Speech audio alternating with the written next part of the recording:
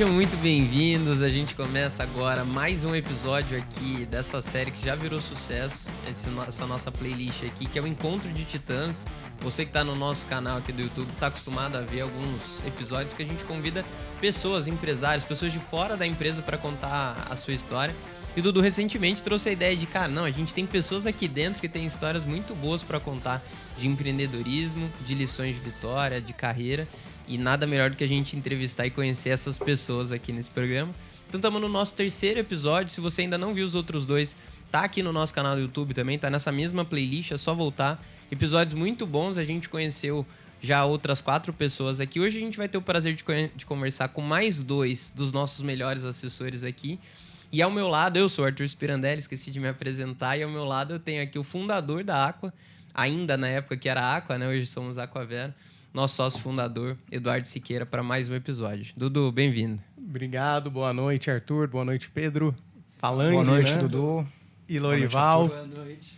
Boa noite a todos. É um prazer estar com vocês aqui. Sei que a empresa está perdendo uma hora importante de faturamento, já que são dos 2 principais assessores da empresa. Então, vamos tentar contar a história rápido de vocês aí para todo mundo voltar para a rotina normal, né?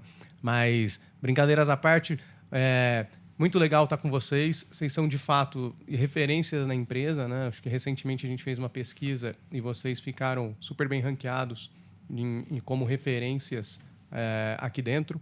E por isso que a gente resolveu fazer esse convite. Então, estou aqui com o Lorival e com o Falange e queria falar um pouquinho sobre a história de cada um deles. São pessoas que, embora os 2 sejam referências e um dos principais assessores, são pessoas de perfil completamente diferentes, né? Então, a gente vai conseguir pegar aí os pontos de convergência e, principalmente, contar um pouquinho da história de vocês para inspirar os novos assessores que estão começando e que querem chegar no patamar de vocês algum dia. Até porque não tem só um jeito que funciona, né? Cada um tem seu jeito e trabalhando da forma certa, todos os jeitos funcionam. E vocês vão ser a prova disso aqui, né? Vou começar com você, então, Lorival. Você que está mais inspirado aí para falar. Conta a tua história aí da onde você veio, como você chegou até aqui, para onde você pretende ir. Bora lá. Então, eu sou do Piauí, né, Dudu? Eu mudei aqui para São Paulo para fazer faculdade. Vim fazer faculdade de Direito e comecei estagiando com Direito. Meu primeiro trabalho foi na área de societário, empresarial. Depois, meu segundo trabalho com Direito foi na área de bancário e mercado de capitais. Aí já comecei a ter um pouco de experiência com o mercado financeiro. Os clientes do escritório eram bancos e a gente estava participando de uma operação lá no escritório e eu e a advogada, na época, eu como estagiário, a gente ficou dentro do banco participando da operação, analisando contratos, era confidencial, tudo isso. E nisso eu comecei a ver como que era o dia a dia do mercado financeiro dentro de uma instituição bancária. Eu achei super interessante a dinâmica, eu vi que realmente aquilo era o que me motivava. Eu queria saber mais do que o pessoal de fora estava trabalhando, do que eu, dentro ali da sala, estava vendo com o direito em si nos contratos.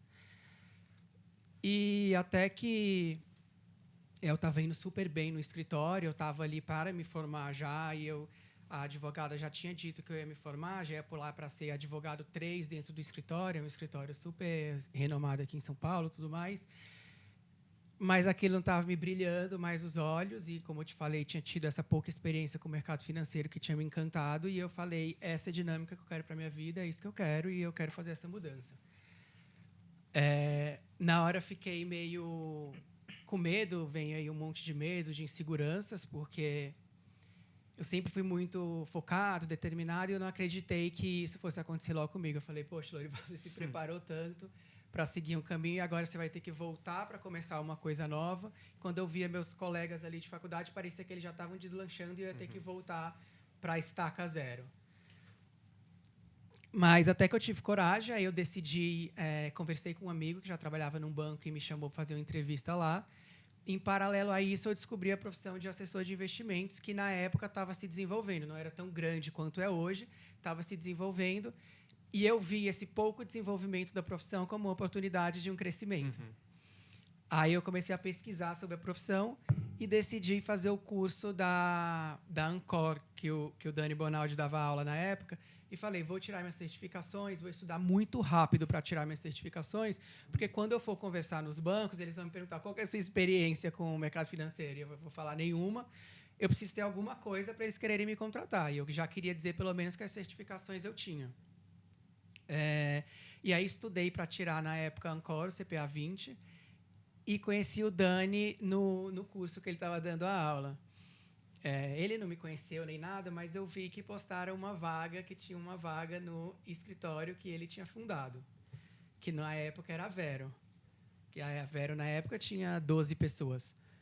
E aí eu conversei nesse banco que meu amigo trabalhava, conversei com o Dani. Mas quando eu conversei com o Dani, eu senti muito que a Vero, na época, era a empresa para eu entrar.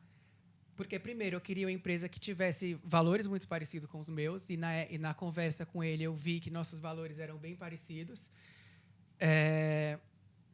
E eu queria também trabalhar muito próximo de profissionais muito bons, porque eu queria que a minha curva de aprendizado fosse mais rápida. E eu sabia que se eu estivesse numa instituição muito grande, onde eu ia entrar, eu ia ficar perto de pessoas que não tinham tanta experiência. Eu queria estar perto de gente muito boa, porque eu falei, eu quero ir atrás, quero aprender muito com quem sabe. E eu vi lá, eu trabalhar de perto do Dani, do Akira, e eu falei, oportunidade de eu aprender muito com esses caras e conseguir voar.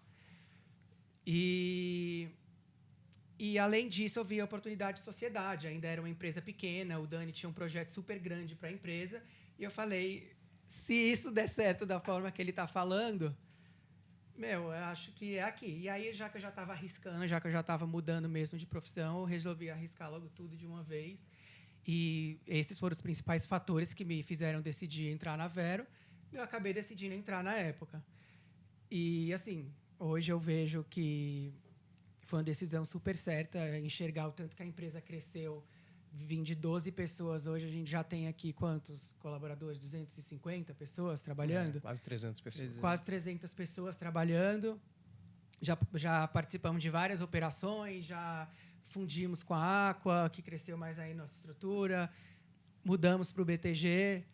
Então, assim, já vou fazer 4 anos agora de empresa e foram 4 anos aí de muita experiência. Acho que consegui aprender bastante com todas essas mudanças aí. Acho que consegui viver na prática muita coisa que eu digo que são 4 anos que parece que são, 15 anos de empresa. Muito bom. E não teve nada linear, né? Tudo Não. aconteceu, com certeza, nada do que você previu. Nada linear, nada do jeito que eu... Não, nunca imaginei que ia ser da forma que foi. Dentro dessa jornada tiveram vários obstáculos também, e como mudança de plataforma, coisas, mas eu sempre quis aproveitar desses obstáculos para transformar em oportunidades para o que eu queria. Uhum. E eu vi que, assim, Conseguiu. deu certo. É isso. E aí eu acho que é continuar trilhando o caminho. Cada vez mais são mais desafios, mais responsabilidades que a gente leva, mas foi bom, valeu a pena. Bacana. Falang, conta um pouquinho da tua história e como é que você chegou até aqui. Antes de mais nada, eu queria falar que eu me identifiquei com uma palavra que o Lorival falou, né? Porque, apesar da gente ter perfis completamente diferentes, eu diria que a gente tem algo em comum, que somos tomadores de risco. Então, no final do dia, antes de você fazer um movimento para a Aqua, você falou, cara, eu vou pro all-in, vamos embora, vou fazer essa virada e, tomou risco pra caramba e tá onde tá. Eu diria também que eu sou um baita tomador de risco. Eu tomei bastante risco ao longo da minha vida. E, isso tudo começou porque eu sou filho de empreendedor, e empreendedorismo a gente sabe como é que é, né? Altos e baixos. E em determinados momentos que eu vi os meus pais estando no baixo e considerando que eu vim de família relativamente com um certo dinheiro, eu botei na minha cabeça que eu não iria passar dificuldade na minha vida e que eu iria ter uma vida que eu iria ganhar bastante dinheiro. E isso eu tinha... eu estava no 2º colegial, que foi uma das vezes que a minha família passou naqueles momentos difíceis, e eu botei na minha cabeça que eu tinha certeza absoluta e que eu iria brigar o máximo possível para ter resultado financeiro e resultado profissional ao longo da minha vida. E aí foi... eu estudei na SPM E no começo da SPM, eu comecei entrando através de um private equity, né? Então, puta, eu já sabia que eu queria empreender ou que eu queria trabalhar com alguma coisa relacionada ao mercado. Eu ainda não tinha certeza para qual lado eu ia. Então, eu resolvi começar por um private equity. Eu comecei pela eLife, que era um private equity voltado para mercado de alimentos e bebidas. E lá eu comecei na área comercial. Puta, foi muito bacana para mim, porque eu criei um baita network, eu conheci pessoas que já estavam no mercado há um puta tempo, pessoas que já tinham uma certa relevância. Então, puta, me agregou muito para a parte comercial e também para a network que eu usaria ali num segundo momento de vida, né? Acabou que esse private equity, eles deram uma pausada nos projetos deles, que aí foi quando eu saí e, coincidentemente, na semana seguinte que eu saí desse private equity, uma amiga que eu já tinha um contato há bastante tempo, ela sabia que eu tinha esse interesse por mercado financeiro, ela me ligou falando que um amigo dela estava abrindo uma mesa, na época era a corretora TOV, que nem existe mais. Isso foi em 2009, ou começo de 2010 ali.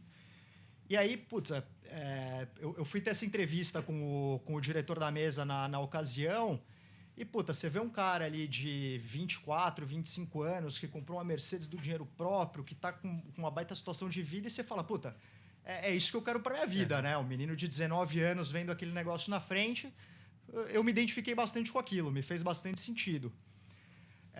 Só que, bem ou mal, eu acabei entrando no mercado num momento muito diferente do que é hoje, né? A gente tinha 2010, estamos falando de 13 anos atrás, era um mercado que a própria CVM ela não tinha uma atuação tão grande em cima, os órgãos fiscalizadores eram bem menos atuantes e acabou que eu via muita sacanagem sendo feita naquele mercado. E aí eu fui descobrir que determinadas pessoas que conseguiam atingir os objetivos muito rápido, eles atingiam não da maneira mais ética possível. E isso foi me incomodando de uma maneira muito séria. Então, antes de mais nada, eu fiz um reposicionamento de escritório, de corretora, para eu entender se o problema estava nas pessoas dali ou no mercado como um todo. E depois, quando eu migrei de instituição, eu me deparei exatamente com o mesmo problema. E eu vi que o problema daquela época não eram as pessoas, lado A ou lado B, mas sim o mercado como um todo. Então, puta, eu me senti mal de estar naquele mercado e, apesar de gostar muito de mercado, gostar de atender os clientes, etc., eu via que aquilo ali não era para mim naquele momento. Então, deixei ali a operação que eu estava e, em seguida, abri uma empresa de tecnologia com um amigo meu da faculdade. Então, a gente já estava numa conversa que a gente queria abrir alguma coisa. A gente começou abrindo um site, que era o Viep, era um site para clientes de estabelecimentos de entretenimento noturno conseguirem ter algum tipo de relacionamento com esses lugares. Então, mandar o nome na lista de uma balada, comprar o convite de uma festa, realmente ter uma agenda interativa para saber o que estava rolando nesse estabelecimento. E aí a gente começou com um site que depois virou um aplicativo. Esse aplicativo, no primeiro mês, teve 50 mil downloads, então a gente entendeu que a gente estava no caminho certo, que a gente precisava profissionalizar. E desse momento em seguida, em diante, foi um processo longo aí de capitalização da empresa, de troca de sócios, de aporte de capitais, de conversa com fundos. Então, puta, foi um projeto ali de 7 anos, na qual, além do Viep, que virou um aplicativo depois, a gente fez uma fusão com um software de PDV e ERP, que a empresa ela foi muito bem ali pelos 7 anos que eu fiquei dentro. Então, eu entrei ali como diretor comercial e algo que eu me identifico bastante, né, lembrando daquela época e vendo como é hoje, lá a gente também tinha as nossas metas mensais, né? Então, eu era o diretor comercial, eu tinha minha meta que eu tinha que entregar, só que essa meta ela não era para eu ganhar mais dinheiro ou para eu ter um bônus no final do mês. Essa meta que eu tinha era para a empresa parar de pé. Então, basicamente, se eu não batesse os números que estavam ditos ali para eu bater, talvez a empresa não parasse mais de pé no mês seguinte. Então, não era uma opção para eu bater a meta. Ou eu batia a meta, ou eu batia a meta. E se vira. Então, basicamente, eu tinha ali as cartas na mesa e eu tinha que trabalhar com as cartas que eu tinha. E, por bastante tempo, isso deu super certo. Acabou que eu saí dessa operação no começo da pandemia. A gente já estava num bate-papo com um fundo de investimentos que estava interessado em comprar parte da empresa. E aí estourou a pandemia, eu achei que já era o meu momento de sair daquela operação, que foi quando, conversando com o Humberto, né, um dos sócios na época da Aqua, ele me convidou para bater um papo para ver se eu tinha interesse de voltar para o mercado financeiro. E quando eu saí da minha empresa, puta, eu já tinha na cabeça que eu queria voltar para o mercado financeiro e eu ia fazer tudo necessário para isso acontecer. Então, puta, eu lembro que foi super rápido, que tinha acabado de estourar a pandemia, eu vendi as cotas da minha empresa, conversei com o Humberto, ele falou, cara, a gente está contratando aqui, se você quiser bater um papo. Eu lembro que eu conversei com o Bruno Musa, e aí, puta, foi um papo super legal, que eu falei, puta, eu tenho certeza que é isso que eu quero. E aí, obviamente, você fica naquela expectativa, né? Puta, quanto será que eu vou receber de salário? Quanto será que vão me dar de proposta? Bem ou mal, eu tava sem emprego nenhum, tinha acabado de vender posição ali da minha empresa, mas que eu só iria receber dinheiro para dar ali 1 ano. Então eu tava meio que vendido ali naquela situação, mas eu sabia que eu ia ter que dar 2 passos para trás para voltar para o mercado e voltar da maneira certa, né? Então, me fizeram uma proposta, se não me engano, na época, acho que era 3.500 ou 4.000 reais, que, puta, na minha cabeça era o que eu precisava ali para pagar minhas contas, pagar o meu custo fixo que eu tinha me adaptado para ser baixo.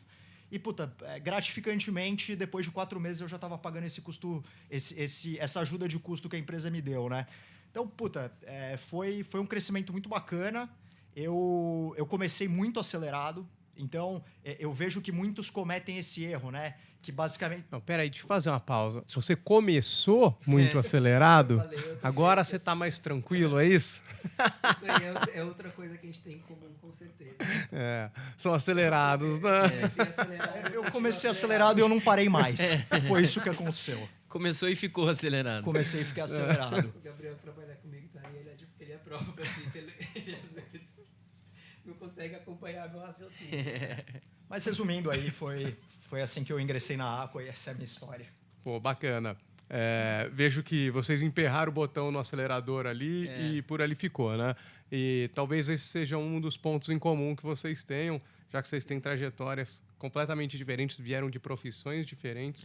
Essa profissão pré-2010, ela foi muito decepcionante para todo mundo que entrou bem intencionado no mercado, né? Isso aconteceu comigo, aconteceu com o Musa, aconteceu com todo mundo que entrou nesse mercado.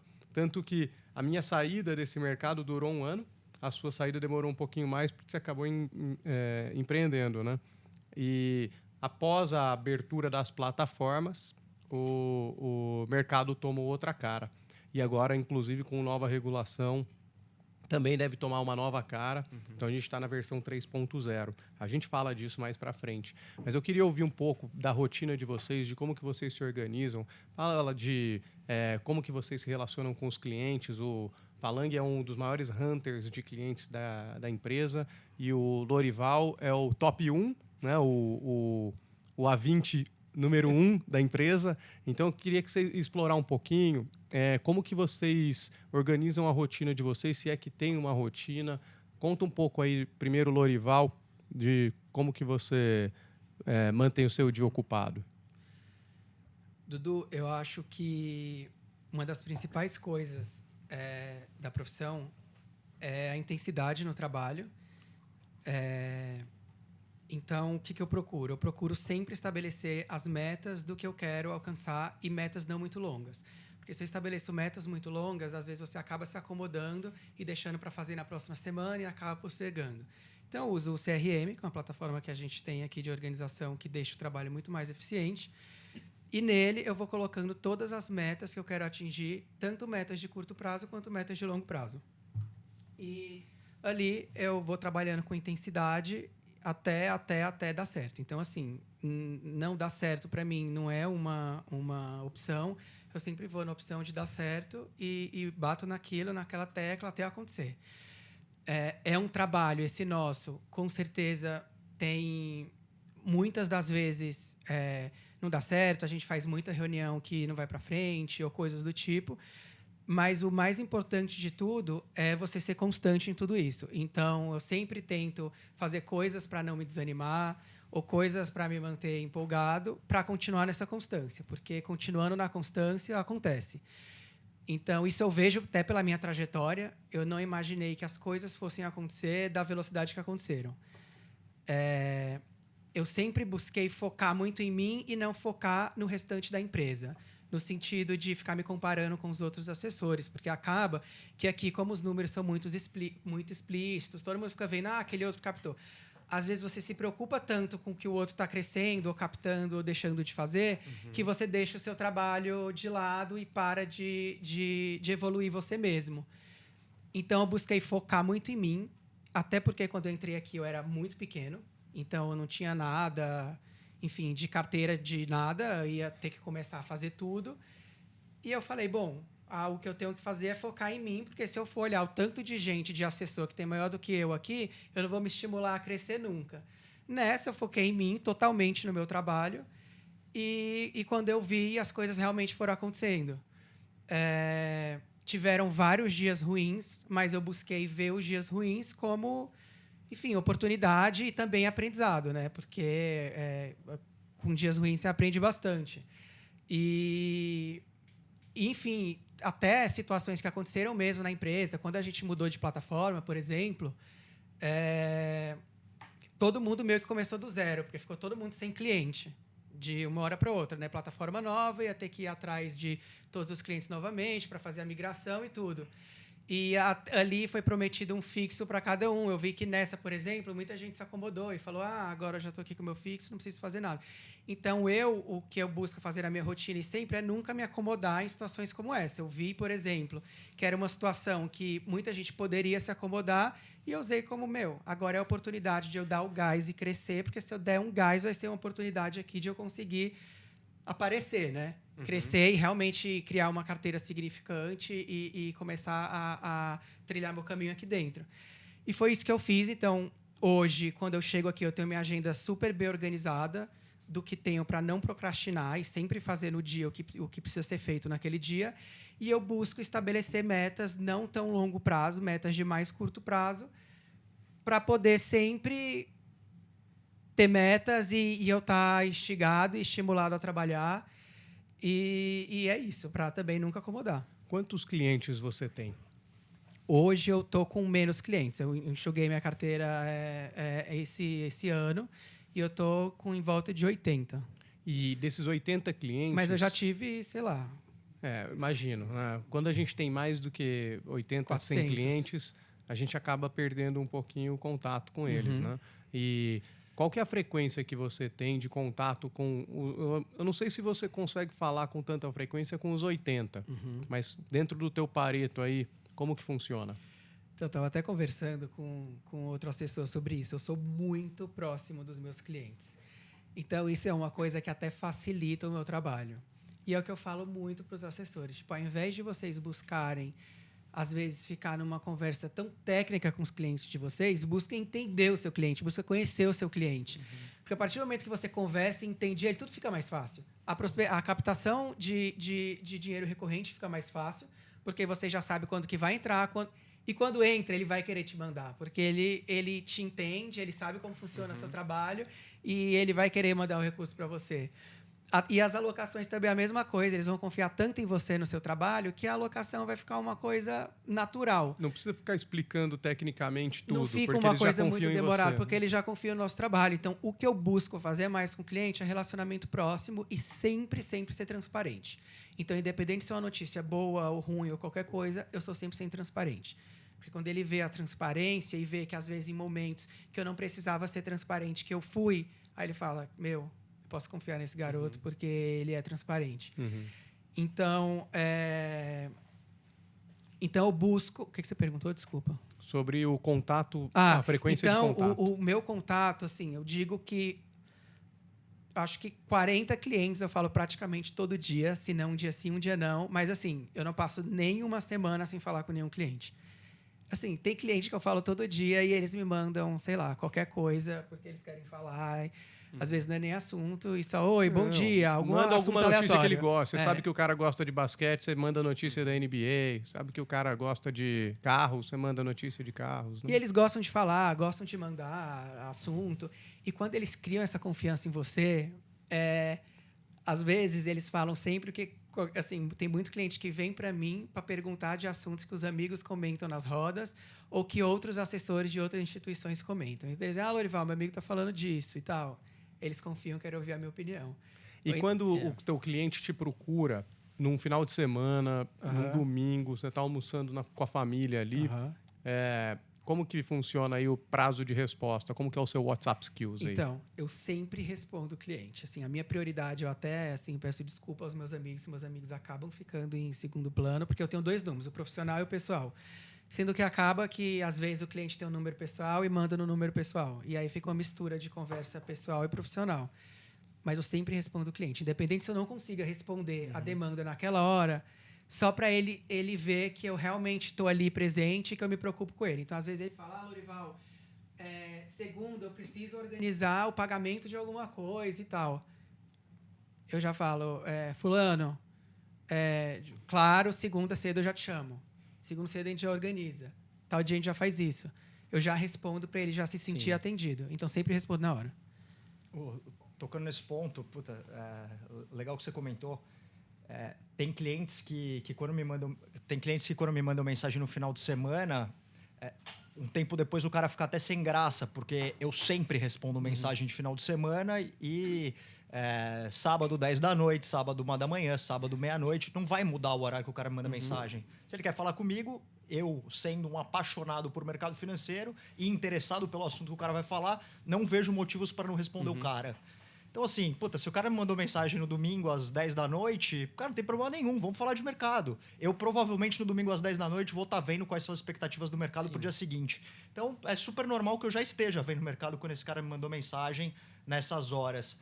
Então, assim, meu cliente quer falar comigo e entendendo que eu viro amigo da maior parte dos meus clientes, não tem problema nenhum. É bater papo aí, tava falando com um outro cliente agora que comentou que foi num casamento no Tangará na semana passada. Eu falei, que legal, sexta-feira eu tenho um casamento lá também. Então, são assuntos do nosso dia a dia que acabam esbarrando com o dia a dia dos clientes também, né? Então, isso acaba criando afinidade, que acaba gerando confiança e no final do dia o teu cliente vira teu amigo também.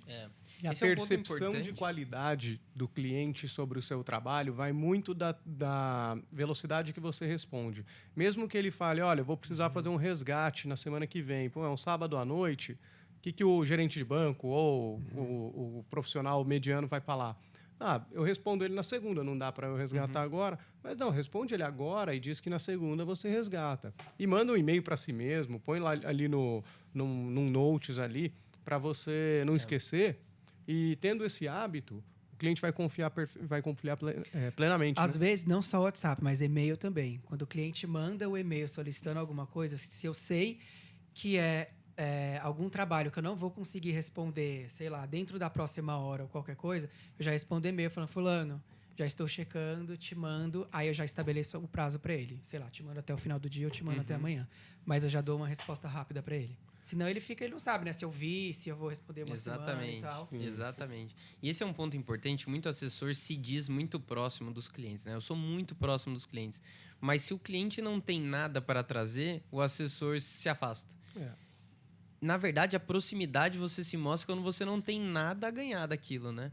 Nessa conversa de, cara, como é que tá a sua família e tal. Ali você realmente está mostrando sua proximidade. Porque aí o cliente fala assim, cara, eu tenho uma grana para entrar semana que vem. Aí o assessor não sai do pé dele, né? E aí, como é que tá? Tá tudo certo? Só que aí, quando ele fala, cara, olha, agora eu não tenho nenhuma disponibilidade, aí esse assessor some. Nesse momento que ele tá mostrando pro cliente, cara, na verdade, o meu interesse é maior do que o relacionamento. E o Louro tava contando ali sobre a intensidade dele. Eu lembrei de uma história engraçada. Quando a gente fez a fusão, primeira semana, ninguém conhecia ninguém, né? Então, a gente não sabia quem eram os assessores da Vero. O pessoal da Vero não sabia quem era a gente. Só que aí já consolidou o ranking, começaram a vir os rankings lá e o Lorival em primeiro em tudo. Eu falei, caramba, cara. Aí eu falei com o Marcão. Essa época aí foi a época que eu tava trabalhando. Eu não pensava em outra coisa a não ser colocar dinheiro pra dentro da empresa. Era impressionante. Era a única coisa que eu pensava. Porque foi o que eu te falei. Como eu vi que zerou todo mundo e todo mundo ia começar do zero a carteira, eu falei, é minha hora agora. Agora é a hora que tá todo mundo em pé de igualdade. Eu chegava em casa só 11 da noite, eu só queria saber de pensar nisso. Eu passava o tempo inteiro pensando nisso. Não, e foi impressionante. Ele tava realmente em primeiro em todos os rankings. Aí eu falei com o Marcão, nosso head de marketing aqui, eu falei, ô Marcão, a gente precisa fazer um vídeo com o Lorival de boas práticas, porque ele tá voando, cara. Aí o Marcão falou, mas quem que é o Lorival? Eu falei, não sei, deve ser algum senhor sempre assim. da Vera. Falei, vamos procurar, a gente vai ali na operação, vamos ver quem que é o mais velho. Chegamos lá, não tinha ninguém. Eu falei, cara, não é possível. Aí perguntamos pro Akira, o Akira falou, aquele moleque. Eu falei, não é possível, cara, E, cara, esse moleque voa. Não, voa. Aí a gente foi falar com ele, tá? Foi engraçado. Na verdade, é o nome do seu avô, né? É o nome do meu avô. Isso acontece toda vez. Quando eu vou entrar em Uber, fica todo mundo... Nossa, eu tava esperando um senhor entrar no Uber. Lorival é o nome de vô É o mesmo, nome do né? meu avô. Um dia você chega lá, né, Lorival? E de preferência chegue bem sucedido, Mas, né? Só então, manter a Deixa as trajetória. pessoas terem esse choque aí, quando elas me verem com essa cara de novinho. Ô Falang, quantos clientes você tem? Eu tô mais ou menos com 130, 140 clientes. Você fala com todos esses clientes com frequência? Cara, obviamente que aqueles que estão comprados em renda fixa, por exemplo, mais médio e longo prazo, podem ser clientes que eu não vou falar toda semana. Mas eu diria que os meus clientes que têm mais atividade, operam renda variável, que estão a partir de determinado escalão, eu tenho um contato muito frequente com esses caras. Muitos dos meus clientes eu falo diariamente. Isso, eu diria que mais do que 80% da base. A prova disso é o número de CPFs que vocês colocam nas ofertas, né? Mesmo tendo só 80 clientes, você sempre coloca nas ofertas, quando é uma oferta que é interessante para a tua base, você coloca muitos CPFs mesmo, muito mais até do que gente que tem carteira maior que você, né? Sobre recomendações, a gente fala muito sobre isso, né? Pede recomendação para os teus clientes. Como que é a prática de vocês para pedir recomendações dos clientes? Olha, eu diria que de tempos em tempos eu estou batendo no cliente para pedir recomendação. Porque no final do dia, se esse cara está gostando de ser atendido por mim, não teria por que ele não indicar meu trabalho para algum amigo dele, que também gostaria de ser atendido por alguém do mercado, né? Então, eu diria que existe essa recorrência. Pelo menos uma vez por mês, uma vez a cada 2 meses, eu volto no mesmo cliente para pedir indicação. E, obviamente, vou repassar a carteira desse cara como um todo, já vou falar sobre outros pontos ali que a gente tem que conversar. Quando vocês recebem uma recomendação, qual que é o próximo passo? Ligar para o cliente em seguida. Na hora. Na hora. Não deixa o lead esfriar. De maneira alguma.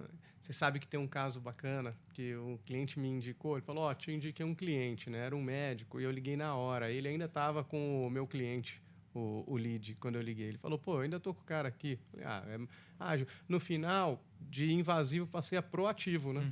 E falei, que dia que eu posso te ligar? Me liga amanhã às 9 horas. No dia seguinte, às 9 horas, eu liguei para ele, e ele já estava predisposto a atender.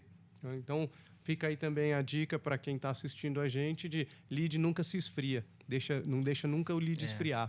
O que eu ia falar de recomendação também é que eu sou bem direto com o cliente no quesito de recomendação. Eu acho que se você enrolar muito, for pedir recomendação de uma forma muito delicada, vai acabar não vindo. Então, assim, quando eu aproveito numa reunião com o cliente, então já é uma reunião que eu vou conversar de vários assuntos, mostrar a performance de portfólio, essas coisas, e já falo com ele direto, olha, você sabe que meu trabalho é isso, preciso de novos clientes para crescer carteira e tudo, e aí já peço recomendação direto. E eles gostam quando eu peço de forma direta, porque eles entendem e aí eles realmente ficam com vontade de me ajudar.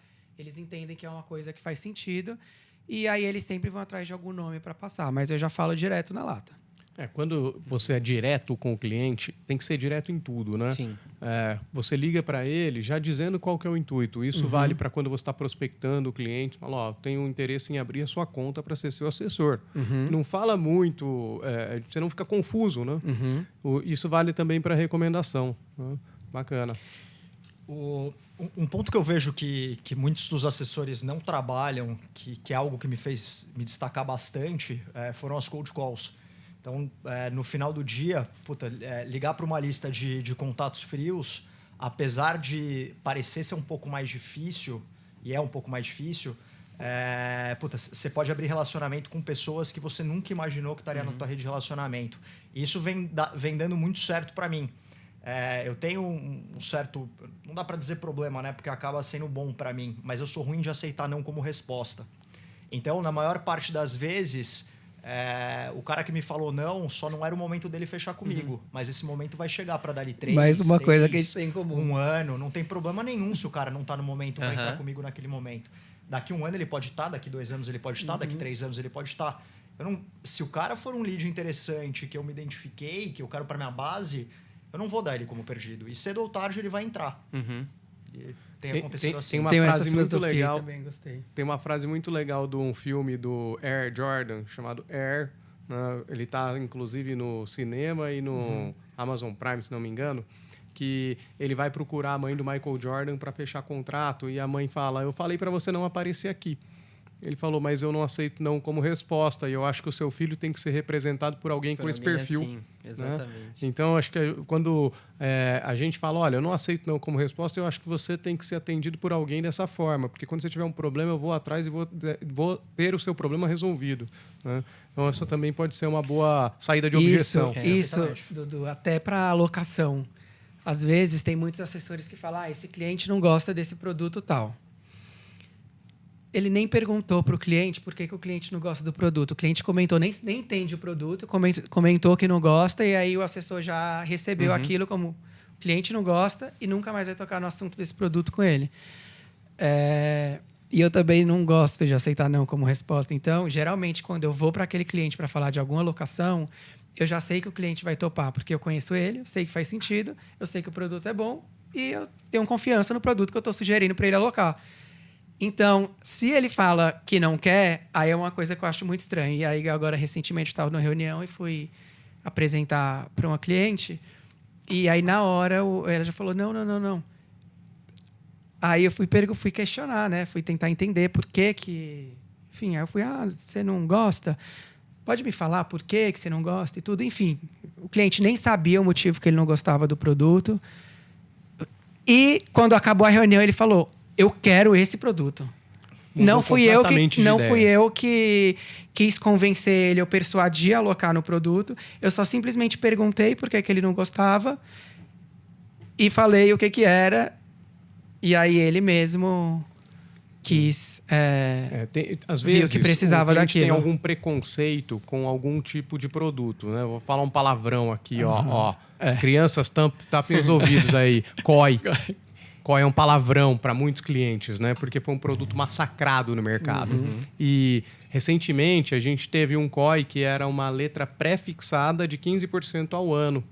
E não era bem uma característica clássica de COI, né? Porque o COI ele garante o capital e dá a renda variável.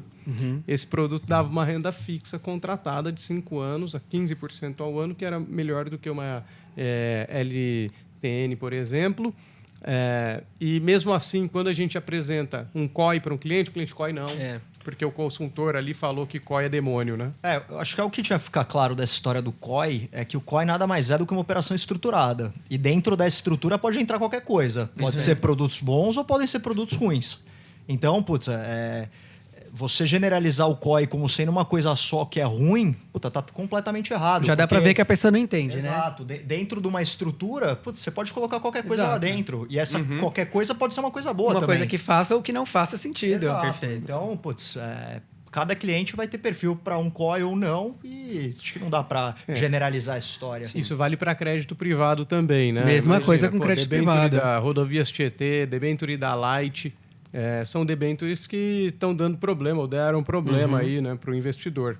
E não necessariamente a classe do produto é tóxica. Né? Claro. Se a gente tem milhares de créditos privados, vale do assessor acompanhar os papéis, viagens de saída, apresentar oportunidades também de troca de papéis, coisas que a gente treina muitos assessores para fazer. Né?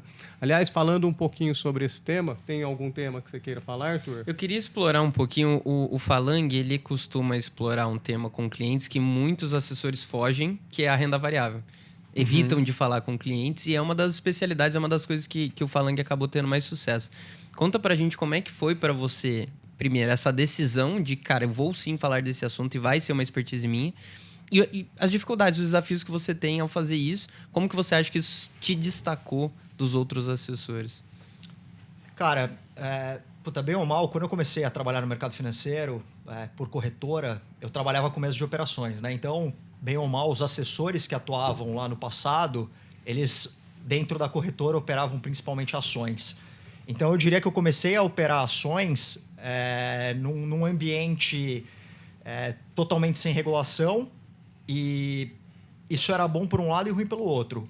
Ruim se o cara queria sacanear, porque não tinha nenhuma auditoria em cima. Mas bom para quem queria ser ético, porque você tinha flexibilidade, você tinha velocidade para fazer as coisas. Então, no final do dia, eram pessoas que acompanhavam quase que o dia inteiro, juros norte-americano, dólar, política internacional, como é que está a política na China, como é que está a política no Brasil, como é que está a relação de juros com moeda. Então, assim, eu aprendi a acompanhar variáveis naquela época que eu vejo que passa batido para muitos hoje em dia. E eu vejo como extremamente importante ali para você montar uma carteira, para você montar um portfólio. Então, eu diria que desde aquela época eu gostei de acompanhar a renda variável e, obviamente que é difícil você cravar se determinado papel vai para um lado ou para outro. A gente tem analistas do mercado, né, que obviamente eu vou tomar como referência. Então, não sendo um analista, eu preciso de analistas que me entreguem informação sobre os papéis para tomar decisões e tirar conclusões, né? Então, além de acompanhar não só o research do BTG, mas os principais research do Brasil, eu tenho alguns amigos que são gestores de renda variável, que eu tenho conversas quase que diárias com esses caras para saber também o que eles estão achando sobre papel A ou sobre papel B. Então, eu diria que antes de dar minha opinião ou fazer alguma sugestão, eu já estou bastante embasado quanto àquilo. Eu já li pelo menos o que 3 casas de research estão falando, o que 2 gestores de renda variável estão falando, e aí, a partir disso, eu acabo indo para um lado ou indo para outro lado. Então, eu diria que é algo que me toma bastante tempo, mas é algo que eu também gosto muito de fazer. É muito prazeroso para mim ficar acompanhando o balanço de papel, ficar vendo os gráficos, ficar aplicando as análises gráficas em cima de determinados temas. Então, eu diria que foi algo que se desenvolveu ao longo do tempo e é algo que eu gosto bastante de fazer. Lorival, Papo de Bolsa, você tem assistido ou não? O que? Assista. Você não veio desse mundo de renda variável. Não. Então, quando Não. o cliente vai falar sobre esse tema, você precisa estar preparado. Sim. E imagino que os papos técnicos que a gente tem com a nossa mesa de RV ajudem bastante. Sim. Quando eu entrei, a bolsa estava quando eu entrei no mercado, a bolsa subiu bastante, né? Antes da pandemia. Então, era uma época que eu acompanhava bem mais, porque muitos dos clientes estavam posicionados em bolsa. Hoje, é uma quantidade bem menor, mas é um assunto que, sim, a gente tem que continuar acompanhando, porque tem muitos clientes que têm ação, ainda continuam tendo tudo. Apesar de o foco maior não ser esse, muitos clientes estarem com foco em renda fixa, é importante continuar acompanhando. Sim, tem Porque o mercado é cíclico, né? A gente está num ciclo que não está favorável para renda variável, mas o mercado muda, então você tem que estar sempre acompanhando tudo. É isso. O Dudu, tem um apelido que você chama o Lorival, principalmente quando já tá tarde na hora de ir embora. Ele ama. E eu queria que a gente falasse um pouco desse assunto, que é bastante importante. Muitas pessoas em transição de carreira tomam a decisão de uma transição de carreira não para acelerar o trabalho, né? Cara, eu tô indo para essa outra profissão para trabalhar muito agora. Toma essa decisão do tipo, eu quero ter mais liberdade, eu quero desacelerar, eu quero poder ser mais dono do meu tempo. E não enxergam que isso pode ter um impacto muito grande nos resultados, naturalmente, né? E as pessoas que fazem o contrário disso, elas normalmente têm mais sucesso. O Lorival é a prova disso, né? Ele acabou de contar um pouquinho que a gente pode chamar ele do apelido que eu gosto, que é o sortudinho, né? Porque ele está todo dia até 9 horas da noite ali trabalhando a sorte dele. Então, é o cara mais sortudo da empresa. Ele recebeu uma base de clientes, ele ligou para todos esses clientes em tempo recorde, ele não parava de trabalhar 24 horas por dia, 7 dias por semana, até migrar todos esses clientes para o BTG. Então, olha a sorte que ele deu de hoje ser um dos principais assessores do Brasil. Eu não diria nem da Aquavero, hein? Eu diria do Brasil. É hoje a maior carteira, se não me engano, maior receita da empresa. E, certamente, se a gente fizesse um ranking nível Brasil, ele estaria super bem ranqueado. Né? E olha como ele tem sorte. Exatamente. Né? Fica até 9 horas da noite o sortudinho ali. É o que eu te falei. Quando eu fiz essa questão da sorte, eu acho interessante. Você ficou falando sortudinho. E até li uma vez um livro que chama A Boa Sorte, que fala que tem a sorte de pessoas que ficam esperando cair do céu as coisas que você quer na sua vida. E tem a sorte de pessoas que é a boa sorte, que você conquista a boa sorte para sua vida a partir do momento que você vai se preparando para todas as coisas acontecerem. Então, você não espera cair as coisas do acaso, mas você prepara o terreno para, enfim, para o crescimento vir, para todas as coisas virem. E foi um pouco do que eu te falei no início. Eu sempre busquei me preparar focar em mim, no meu trabalho, preparar, ver os obstáculos, todas as coisas como oportunidades e criando essa boa sorte na minha vida, porque todas essas coisas acabaram acontecendo. Eu costumo dizer que sorte também é mérito, né? Porque você tem que estar no lugar certo, na hora certa e predisposto a enxergar aquela oportunidade. Então, é o que você falou, não adianta ficar em casa ali esperando a sorte bater. Isso não vai acontecer. Exato. Se você ganhou na loteria, você teve o mérito de ir até lá, apostar e jogar no número certo. Se você teve a sorte de ter uma carteira de 300 milhões, é porque você conseguiu ligar para todos os seus clientes, desenvolver relacionamento. Quer dizer, olha que sorte que você teve. E é aquilo, né? Oportunidade... Enfim, dificuldades para alguns que para outros são oportunidades. Então, vai muito do ângulo que você enxerga isso. Voltando até falar do momento da transição, foi um momento eu acho que assim, que a gente viveu aqui na empresa, quando a gente mudou da antiga casa aqui para o BTG, foi um dos momentos mais assim, caóticos que a gente viveu. Todos os assessores sabem como que isso foi desafiador para todo mundo. Mas aí vai de você enxergar como um desafio, um problema e ficar atolado no problema, ou você enxergar como oportunidade de você crescer muito mais. É isso. E hoje vira uma grande resenha essa história toda. E hoje quando a gente fica olhando para trás, é bizarro. Eu vejo que no final do dia, essa tal de sorte, ela acaba sendo estatística, né? Porque se você fala com 1000 pessoas da maneira correta, vai ter um deles que vai te ouvir, vai ter os amigos para apresentar. Então, água mole em pedra dura, tanto bate até que for. Uma hora você vai acertar. Tem uma Faça frase o que tem de que sorte ser que eu feito, não gosto espere bastante, cair. que é a seguinte: eu não sei se a sorte existe, mas se ela existir, eu espero que ela me encontre trabalhando. Ou seja, eu vou estar fazendo a minha parte ali, na hora que a sorte vier, ela vai me pegar. Até porque a profissão do assessor, ela é uma profissão em tempo integral. Você não chega aqui e vira assessor, você já sai de casa como assessor, porque você já tem que estar lendo notícia, você já tem que saber o que aconteceu na China. Você chega aqui, você já tem que saber para quais clientes você vai ligar, etc. E isso tem muito a ver com a prospecção, que é uma coisa que vocês dois são muito bons. O assessor tem que ter esse mindset que, se ele saiu daqui para almoçar, é uma possibilidade dele conseguir um novo cliente no almoço. Seja o dono do restaurante ou seja uma pessoa que estava na mesa do lado falando, nossa, a bolsa está caindo. Pô, até usar como gancho que você está falando, um cliente super bacana que eu captei foi no barzinho da Aqua, que a gente estava da Aqua antiga, no que Madalena. Era no Madalena. Eu estava conversando com o Felipe, a gente estava conversando sobre algumas operações, e aí, eu percebi que um cara estava próximo da gente meio que de canto, ouvindo a conversa. E aí eu continuei falando com o Felipe, percebi que ele estava ouvindo, falei, você investe em mercado? Tô vendo que você está prestando atenção na nossa conversa, junte-se a nós, vamos conversar todo mundo. Aí, o cara começou a conversar com a gente e hoje o cara é meu cliente. Então, assim, até quando você está no bar, você está captando. Não tem momento parado para o assessor. Não tem. Casamento, eu falo que eu prospecto bastante ali, falo muito com pessoas e, obviamente, o assunto surge. E sempre anoto ali os leads, deixa eu ligar aqui no momento oportuno para esses caras. Né?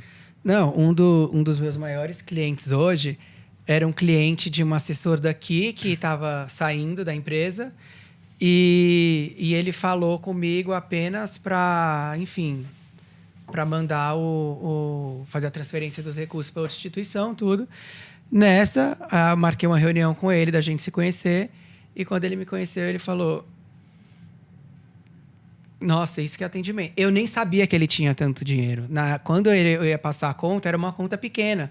Mas eu não tratei ele como qualquer cliente, tratei como um cliente importante, porque você não deve menosprezar o cliente e nem achar que às vezes ele tem uma alocação baixa aqui, é porque ele não tem recurso em outro lugar. E eu acho que ele ficou surpreso de ele não ter tanto recurso aqui e do tratamento que ele recebeu meu, e não tinha como eu saber que ele tinha mais dinheiro. E aí acabou que no anonimato ele foi bem tratado. No anonimato ele foi bem tratado e ele se sentiu super à vontade comigo e ele trouxe uma das maiores captações do ano, de 2022.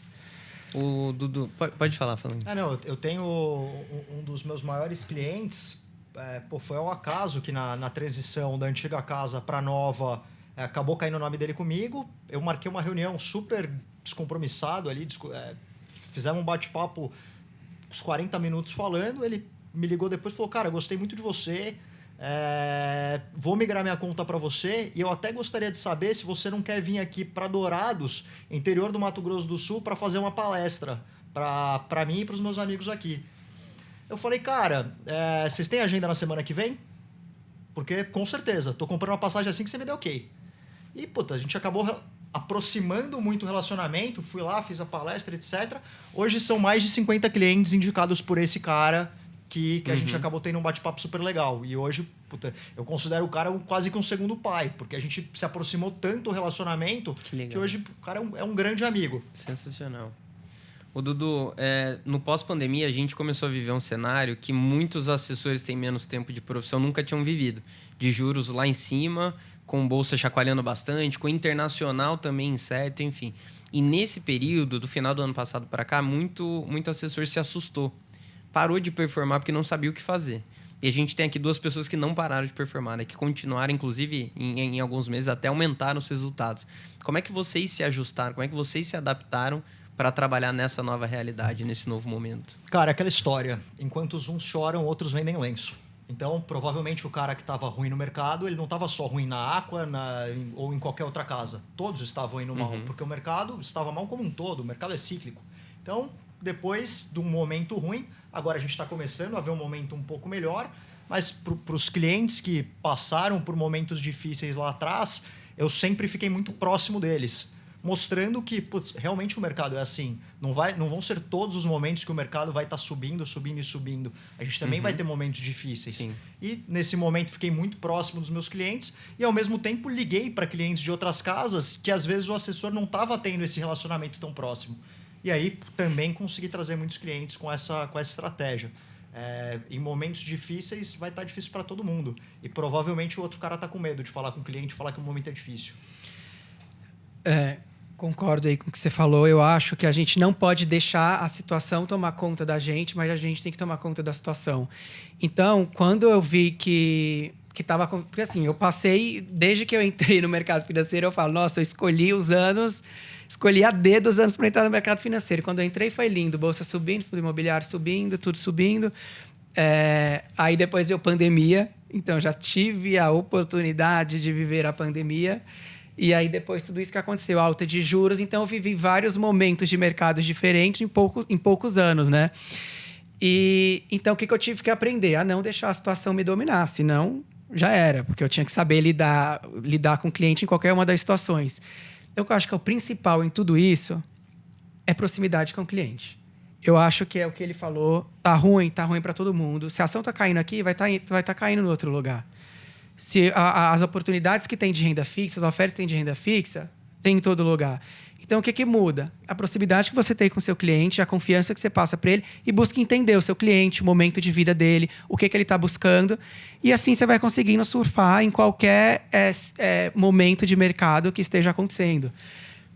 No final do dia, a gente está muito bem lastreado pelo BTG Pactual, né? Então, todas as informações que a gente recebe da área de research ou da própria mesa da Aqua, elas são informações de muito valor, né? Então, se a gente está indo por determinado lado, é o que o principal banco de investimentos da América Latina está falando. Sim. Então, não é qualquer coisa, né? Então, a gente tem um lastro ali para falar para o cliente se ele vai para determinado lado ou para o outro. E não é sempre que o próprio banco vai acertar. E faz parte. E aí é ser transparente com o cliente. Você tem proximidade com ele, ser transparente da situação que está acontecendo, ser transparente como está o portfólio, por exemplo, dele, entender qual que é o objetivo dele e saber encontrar um ponto aí em comum entre essas 3 coisas que o relacionamento vai funcionar. A gente viu... Não adianta fugir do cliente, né? Não vou te mostrar a sua performance, eu não vou querer falar sobre o mercado. Aí pior, aí perde o cliente. Exato. Acho que a maioria dos assessores entraram pós 2016, que foi um ano de impeachment, né? E a bolsa começou a andar, os juros voltou a cair. Então, quem entrou no mercado antes desse período também passou por maus bocados, né? Eu entrei em 2009, a bolsa só subia, era pós-crise de 2008. Era muito fácil ganhar dinheiro, era só comprar alguma ação e esperar. Em 2010 até 2016, a bolsa sempre terminou o ano pior do que começou. Foram 6 anos consecutivos de bear market. E eu vendia muito fundos e renda fixa, né? Principalmente fundos. Era um mercado de juros alto, então fundos também não era o principal produto, era mais renda fixa mesmo. E eu pensei, quando os juros voltar a cair, vai ser um bom ano. Acho que teve até uma queda de juros ali em 2012, né? E depois 2013 já deu de novo aquele ciclo de alta rápido, igual foi esse último agora. E agora a gente vê um momento já um pouco mais positivo para o Sim. mercado. Mas é muito importante isso que você falou, Falang, que é os assessores, eles travam, não querem dar uma notícia para o cliente, pô, aquele crédito privado lá tá andando para trás, aquele pré-fixado que eu coloquei para o cliente, pô, pré-fixado ali que está perdendo da inflação às vezes.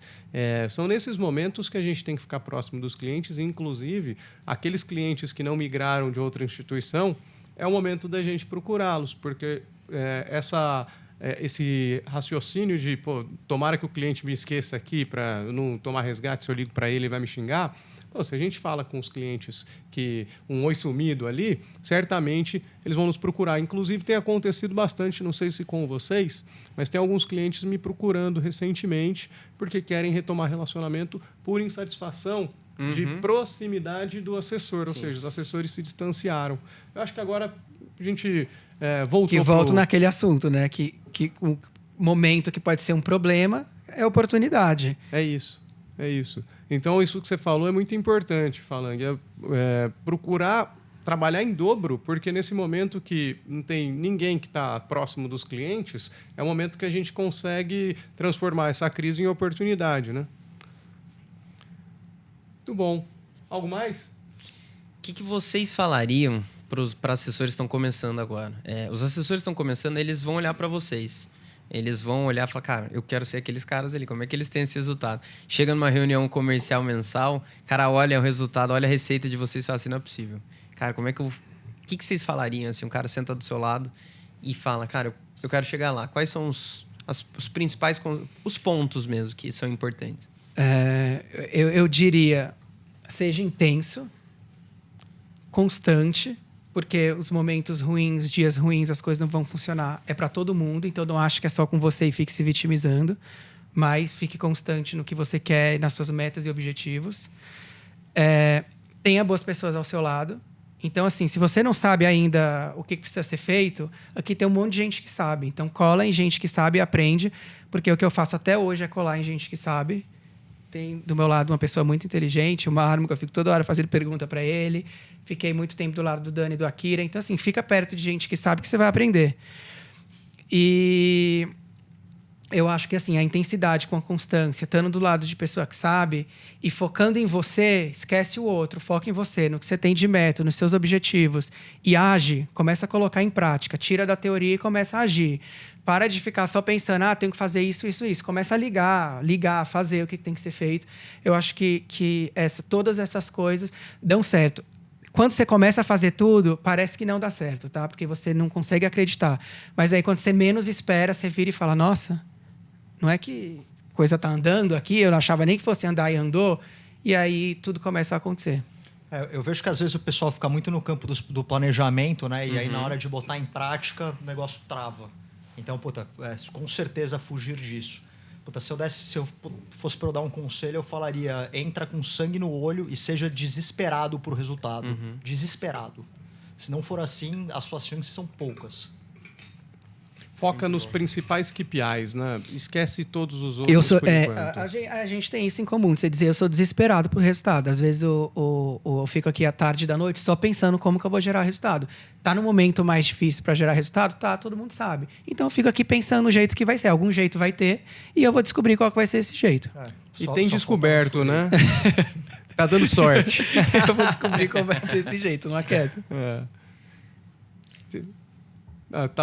Te interrompi aí. Não. Eu falei, é isso. Vamos descobrir e na maior parte das vezes a gente descobre. É isso. Não, isso com certeza não existe problema que não tenha solução, né? Então, cabe a gente trabalhar e dar a sorte necessária. É isso aí. Gente. Gostaram do papo? Muito legal. Gostou, Dudu? Muito bom. Mais uma aula aqui, a gente né?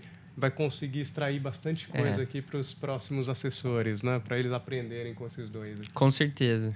Vamos fazer o nosso jabá, então, para finalizar, né? Você que está chegando pela primeira vez no nosso canal, não deixa de se inscrever aqui no nosso canal do YouTube, ativar as notificações para você ficar sabendo de tudo que vem pela frente, porque toda segunda-feira nós estamos gravando um novo episódio aqui do Encontro de Titãs, além, óbvio, do Avinhar, além de todas as playlists educativas que a gente tem. Então, tem muito conteúdo legal para você consumir aqui. E com certeza esse vídeo pode ajudar alguma outra pessoa a entender um pouco mais, pessoas que queiram trabalhar nessa profissão também. Então, compartilhe com seus amigos, seus familiares, com todo mundo que gosta desse universo, que a gente é apaixonado aqui do mercado financeiro, que com certeza você vai poder também ajudar uma outra pessoa. Deixa os comentários, tira as dúvidas aqui com a gente, sempre de portas abertas para vocês. Dudu, obrigado mais uma vez pela participação e em breve a gente volta com mais um episódio aqui do Encontro de Titãs. Obrigado, Lorival. Valeu. Obrigado, Obrigado, Falange. gente. Uma honra Falange. para vocês. Uma honra demais participar Um abraço, disso pessoal. aqui.